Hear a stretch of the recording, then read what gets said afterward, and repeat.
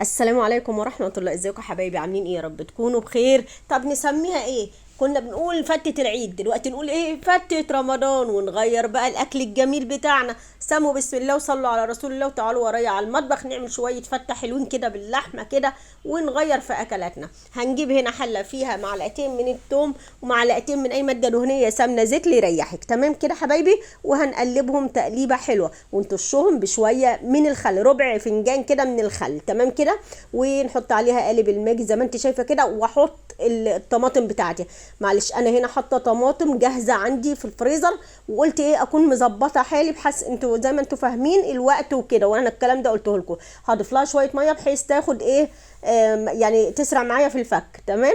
وهنحط لها توابل بهارات، ونحط لها ملح وكمون وكزبره والبهارات بتاعتنا العاديه. تمام كده حبايبي؟ ومعلقه من السكر، ونسيبها بقى تتسبك مع بعضها. وهنا لما حسيت ان هي قربت تتسبك ضفت معلقتين من الصلصه. انا بحب اعملها كده يا جماعه وبتبقى حلوه جدا جدا جدا. تمام.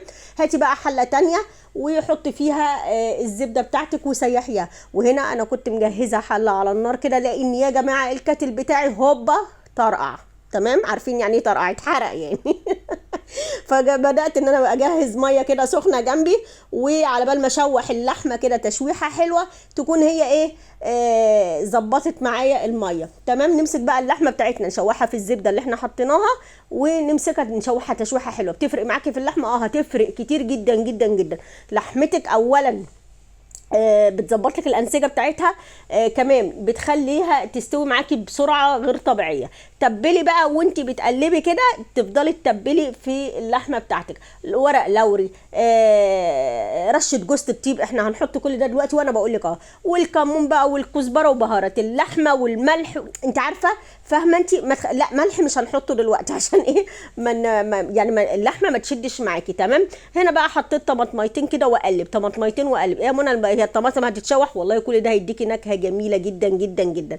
كان عندي بقى روزماري على بصي توابل ايه وزر ورد، يعني توابل محبشه كده مع بعض، على حبهان بقى، على ورق لوري كمان مطحون. بصي بقى ظبطيها، واوعي تنسي رشه جوز الطيب هتديكي ريحه وطعم. تمام كده؟ ونحط عليها الميه السخنه ونحطها على جنب.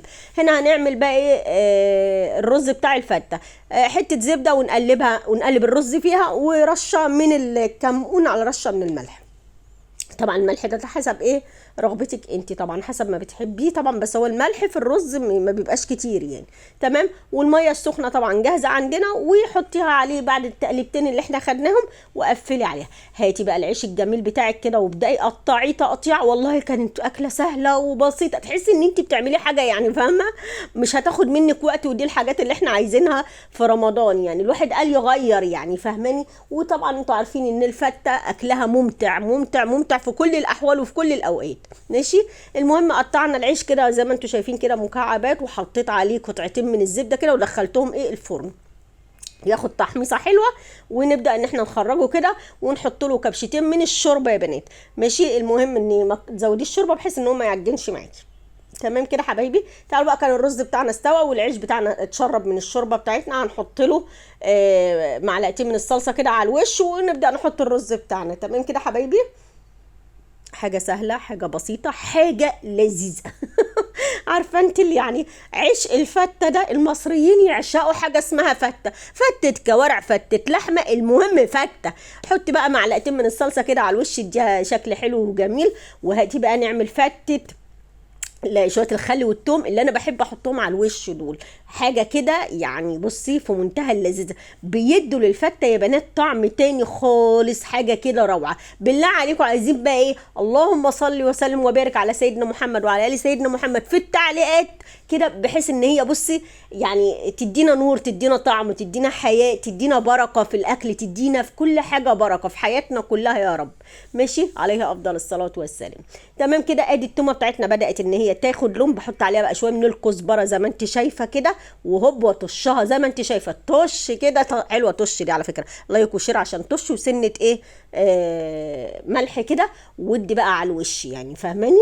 المهم زي ما انت شايفه كده تديها يعني هتسخن معاكي، هوب اديها على الوش كده، تدي معاكي الفته طعم ولون، حاجه كده بجد جامده جامده يعني. مش عايزه اقول لك الطعم كان عامل ازاي. تطشي وتقفلي الصينيه، خلي بالك عشان الرز ما ياخدش هوا منك.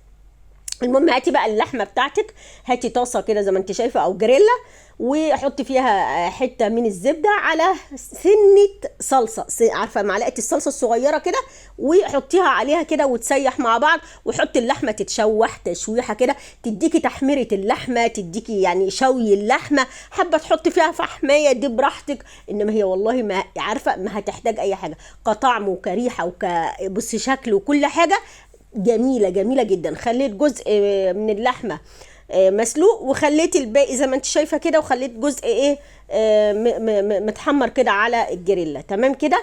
ليه اللي يحب انت اعملي على طول كده، ليه اللي يحب ياكلها مسلوقه مع الفته، في ناس بتغواها مسلوقه مع الفته، ده اللي هو انا برضو على فكره. وانا بشوح كده بدي معلقه من الصلصه زي ما انت شايفه. طب ليه يا منى؟ هقول لك ليه. وباخد الصوص بتاع الزبده كده وارميه عليها، بيديكي طعم ولون، هتديكي بصي سن التحميره عسل يعني بصراحه، تفتح النفس والله يا بنت. تمام كده. المهم هاتي بقى بعد ما تشوحت كده وخدت اللون الجميل اللي انت شايفاه دوت، تعالي بقى نرصها على وش الفته كده، وبالف هنا وشفا يا رب. انا لا شفتك عملتي منشن لصاحبتك ولا لاختك ولا لاي حد، ولا قلتي لي لايك، ولا قلتي لي شير، ولا قلتي لي تسلم ايدك، ولا قلتي لي هي لايك والشير بتتقال يا بنات؟ هو الواحد مهيس ولا ايه؟ ده احنا خلاص عدينا كده نص رمضان. على فكره الفته دي معموله بقى لها كام يوم يا بنات، وانا كان عندي شغل كتير الحقيقه. واتمنى ليكم بقى يعني ان انتوا تاكلوها بالف هنا وشفا معانا يا رب.